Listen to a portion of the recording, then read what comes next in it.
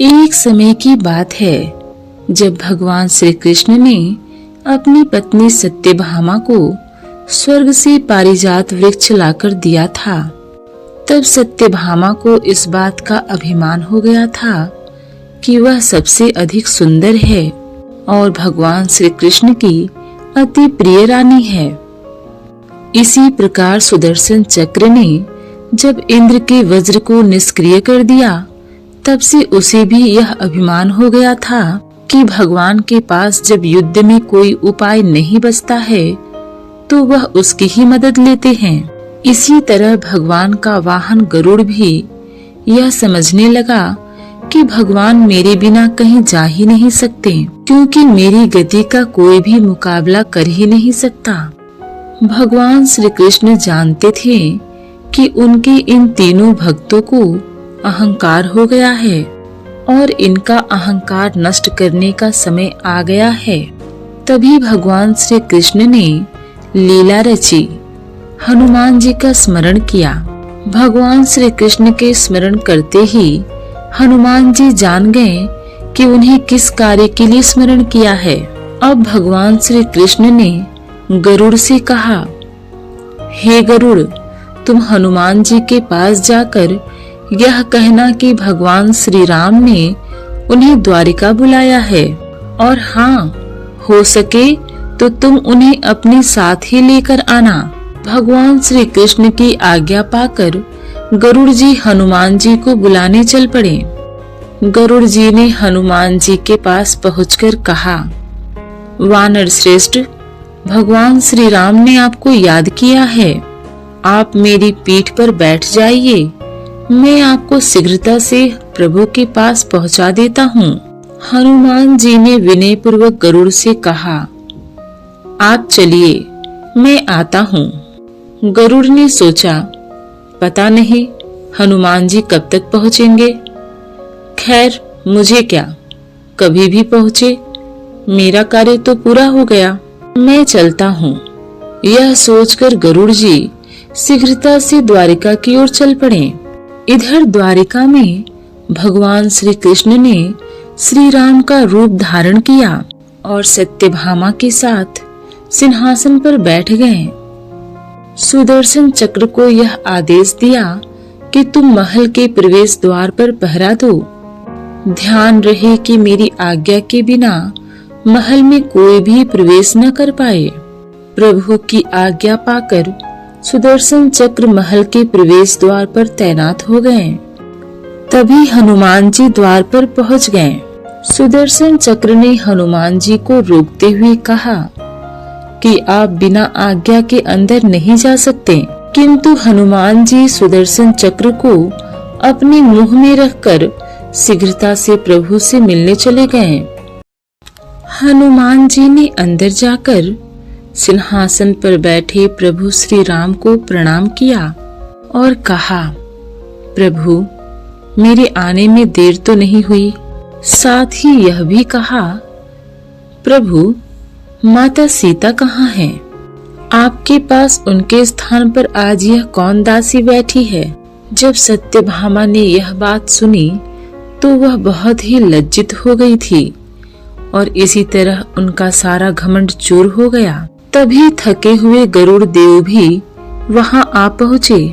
जब गरुड़ जी ने वहां हनुमान जी को देखा तो वह चकित रह गए कि मेरी गति से भी तेज गति से हनुमान जी यहाँ कैसे पहुँच गए। इस प्रकार गरुड़ जी का भी अहंकार चूर चूर हो गया।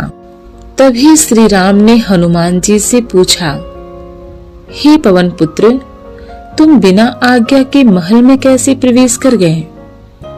क्या तुम्हें किसी ने प्रवेश द्वार पर रोका नहीं? हनुमान जी ने कहा, क्षमा करे प्रभु, मैंने सोचा आपके दर्शनों में विलंब होगा, इसलिए इस चक्र से उलझा नहीं, इसे मैंने अपने मुंह में दबा लिया था। यह कहकर हनुमान जी ने मुंह से सुदर्शन चक्र को निकालकर प्रभु के चरणों में रख दिया। इस प्रकार सुदर्शन चक्र का भी सारा घमंड समाप्त हो गया था।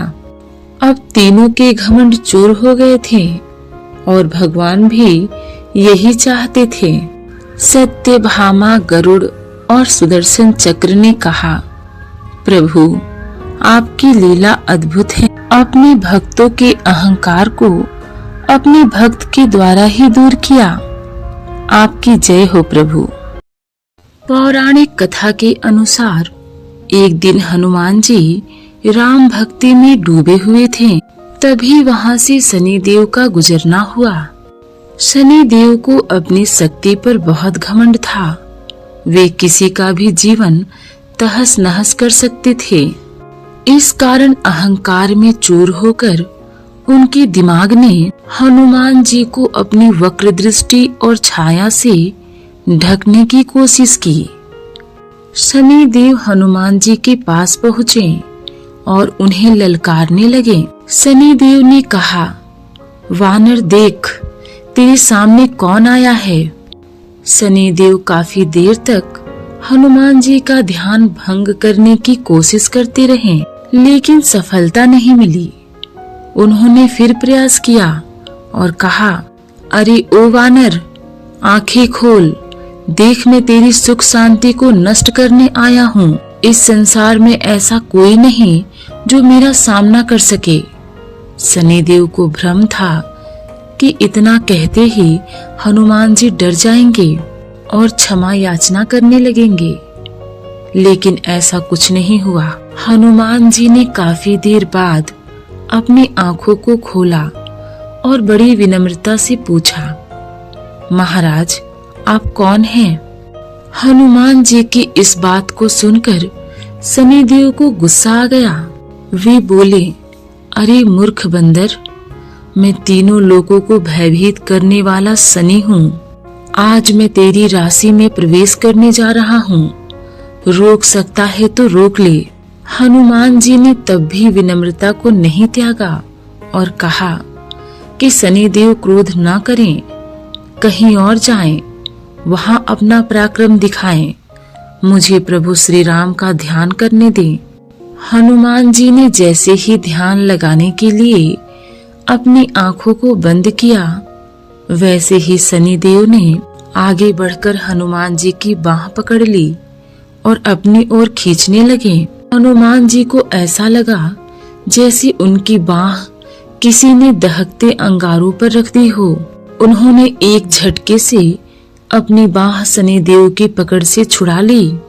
इसके बाद शनि ने विकराल रूप धारण कर उनकी दूसरी बाह पकड़नी चाहिए, तो हनुमान जी को थोड़ा क्रोध आ गया और उन्होंने अपनी पूंछ में शनिदेव को लपेट लिया।